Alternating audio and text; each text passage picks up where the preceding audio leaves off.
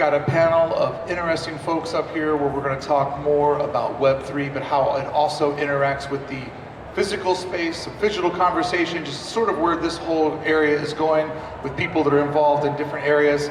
I'd like to start with who's closest with me, Mr. Jeff Staple. Nice to meet you, sir. How you doing? Thank you. Thanks for having me.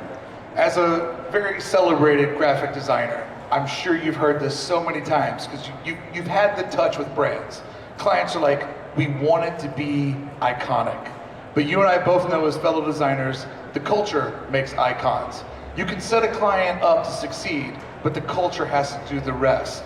When we're going into this new space, how do you see the next level of icons are going to be made in the Web3 space? Like, where do you see all of this going where eventually there will be that level of icons and things that almost everybody can identify with as this new genre of art? Wow, that's a great question. You are absolutely right, and I wholeheartedly agree with you that, like, as creatives and designers, we can put all of our effort into making something really dope, beautiful, timeless, but you get it to the 80-yard line, and then after that, the community decides that this is a classic, this is time. Like, the Pigeon Dunk wasn't a classic shoe because I said it was gonna be a classic. It wouldn't have mattered, right? So yes, I agree with that. In Web3, I think it's almost like the aspect of the community claiming what's gonna be classic is even more than 20%. It might be like 75%, where like right out of the gate, the community is involved in the creation process, design process, the release process, everything. So, but because they have the control, they're also responsible for it. You know what I mean? Yeah. So I think that's the real game changer for Web3 and NFTs. I think you're absolutely right, because when we see people sort of evaluate what's happened in the digital space, the three things that are always considered: who's the group that's building this, who's the artist, but how big is the Discord? How big of a community do they have? And it's become a very, very community-based industry. And so for Hadrian, for you and the carnival, it was like you guys had all of the characters, and that's fun, and that's getting people involved, and they're buying, and we'll get into that. But then with the carnival, you're like, we gotta give people a place to celebrate this and enjoy this, correct? Correct. So what we're doing here is, basically like activations. We want people to have fun, because Carrefour is colorful. So we want people to be happy, have fun with the families. Not only, I want to introduce that Web3 is not only for adults, but kids can have fun too. In so many ways with the characters, the dolls, the plushies, games, even though the game's probably not connected with the carnival itself, but it's one package. So it's all about how to build your community, make your own brand, and I mean, this scene is so early, and we just had Vivi up here, and we're talking about, their CEOs, like, you guys don't even realize what early adopters that you are. And because this is so community-based, it's fun to see what you're doing to give people a way to celebrate. And for people that don't get it, it's like, it's just people having fun. They're finding a new thing to get into. Tommy, with you, I know that you guys have worked really, really hard on the variable NFTs, right? Like, you create a character, you make all these attributes, we don't know exactly what we're gonna get. That has made shopping fun for people again, right? It's fun to buy when you're trying to kind of almost gamble on what you're getting. Actually, for me, I've been making shoes for like 8 years. And then I launched my NFT collection in March for like 520. And what I'm doing is creating like a physical empire. And I'm trying to connect virtual and reality, and really getting the people to understand what a digital collectible is through a physical product. There's all these different restraints. What are you excited about the limitation or the unlimited limitations in the digital space that have sort of, scaled you back before in the real world? Yeah, I mean, 2022 is actually the 25th anniversary of Staple. So I've been doing this for 2.5 decades.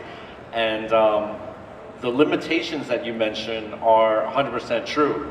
Like, the things that I've been doing in the NFT space in 1 year surpassed the things that I've been able to do in the physical world for 2.5 decades. It's crazy. Like, the things that, the Artifact guys and us did together with having a meta pigeon AR in real life, and then you could have them virtually on your foot, and then you forge it for a real thing, which then gets you access into Takashi Murakami's world. Like, that's just like science fiction stuff that we couldn't ever do before. But now, you know, even hearing your story about what the utility of what you're doing is going to happen is like, I'm like racing to process everything, you know?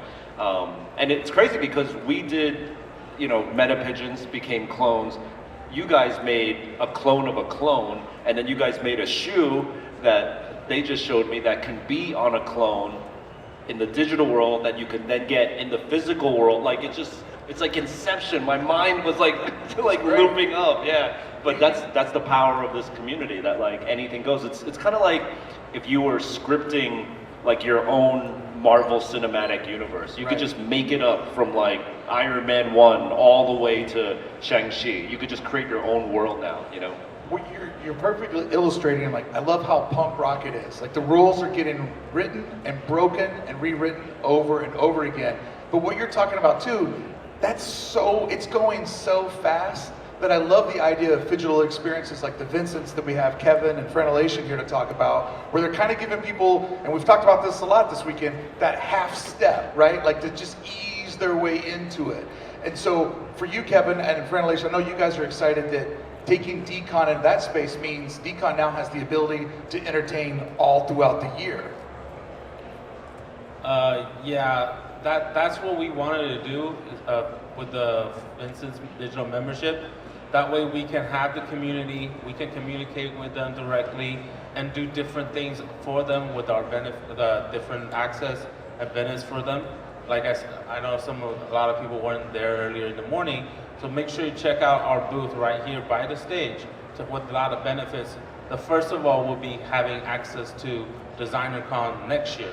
Every membership, every Vincent purchase will get you automatically weekend pass to 2023.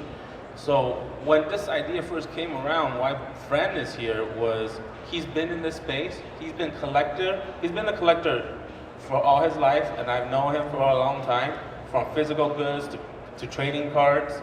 So I hit him up. I said, what do you think of this idea that we have this great convention, this amazing community that we have here, and we want to use this Web3 technology to build upon that? And Frank gave me some amazing advice, and we're here. Yeah, a lot of people here are used to the blind box physical toys, and really the Vincent's gives that same experience with a digital collectible that adds that utility.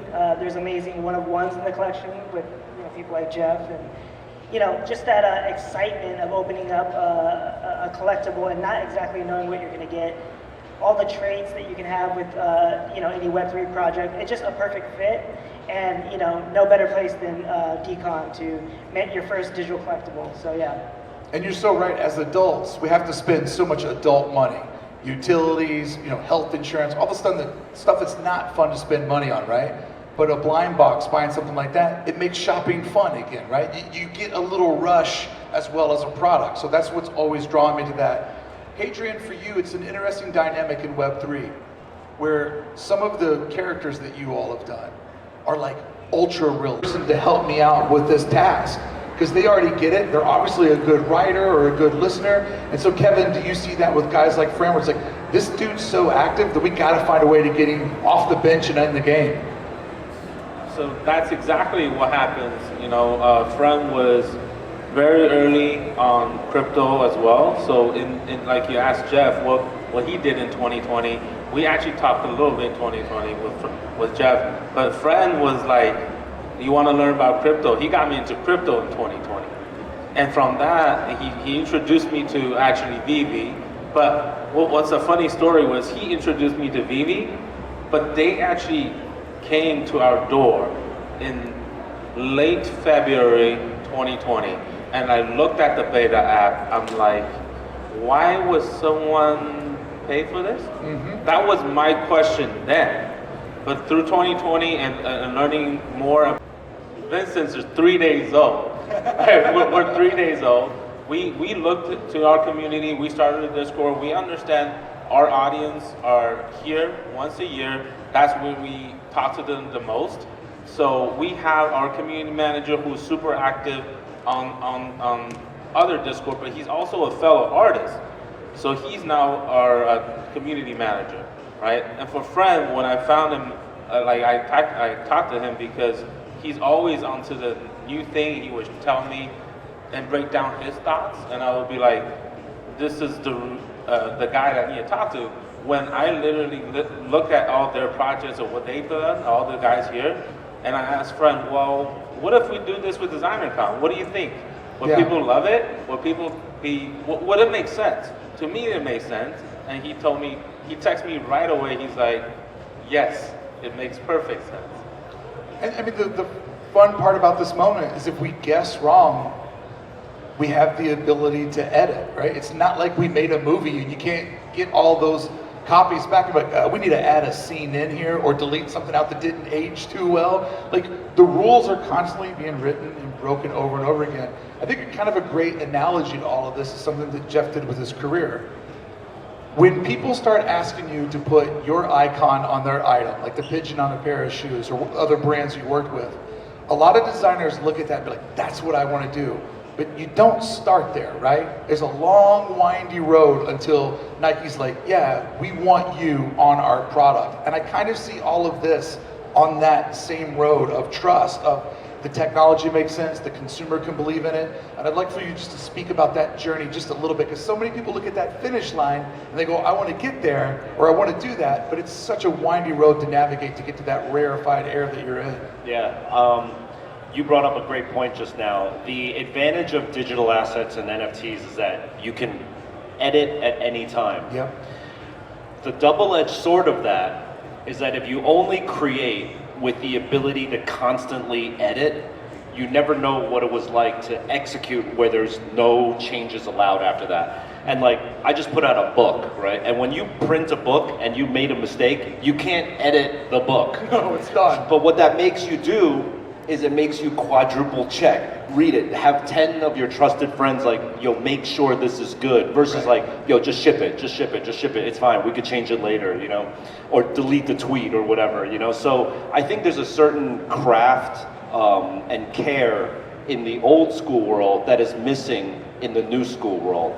And I think if you can exhibit that level of attention to detail and that attention to craft in the digital product that you do, it's going to be remarkably shocking to the community, and they'll feel it. They'll be like, whoa, this feels deep and different and detailed, and there's consideration here. And then I think, to your point, like the bigger brands like the Nikes of the world, whoever, they're going to recognize that, no, this is a real player, they really care, versus like a fly-by-night quick project, you know? Right. Yeah. And you bring up a good point, like, this is a multi-generational experience, right? I happen to be Generation X, which forever was looked at as a letter, but I now look at X as a crossroad in the street. I am the first generation of new technology, but I'm the last generation of the old work ethic, right? And so we're coming together like, well, you gotta hard work, you gotta pay your dues, and then there's all these young cats that have only ever known fast technology. But the thing is we're building a world right now for 10-year-olds that know everything virtual. Design is a language that they speak on their iPads. They've always wanted virtual coins to build into a world. So we're bringing in a lot of old world work ethic. You guys in the middle are just running fast, but all this is really being built for 10-year-olds today. That's our customer that we're talking about right there. Those lovely ladies in the front row, like, that's where all of this is heading, and I'm so excited to see where it goes and what each one of you play a part in that. Kevin, Tommy, Adrian, Fran, Jeff, thank you so much for having this conversation. Let's make some noise for our panelists. Thank you for coming out, for making time for us. There's a lot of stuff going on. We're honored you're here. Our last one will be at 4 o'clock when I talk to the gentleman over at Mondo. Have a great afternoon.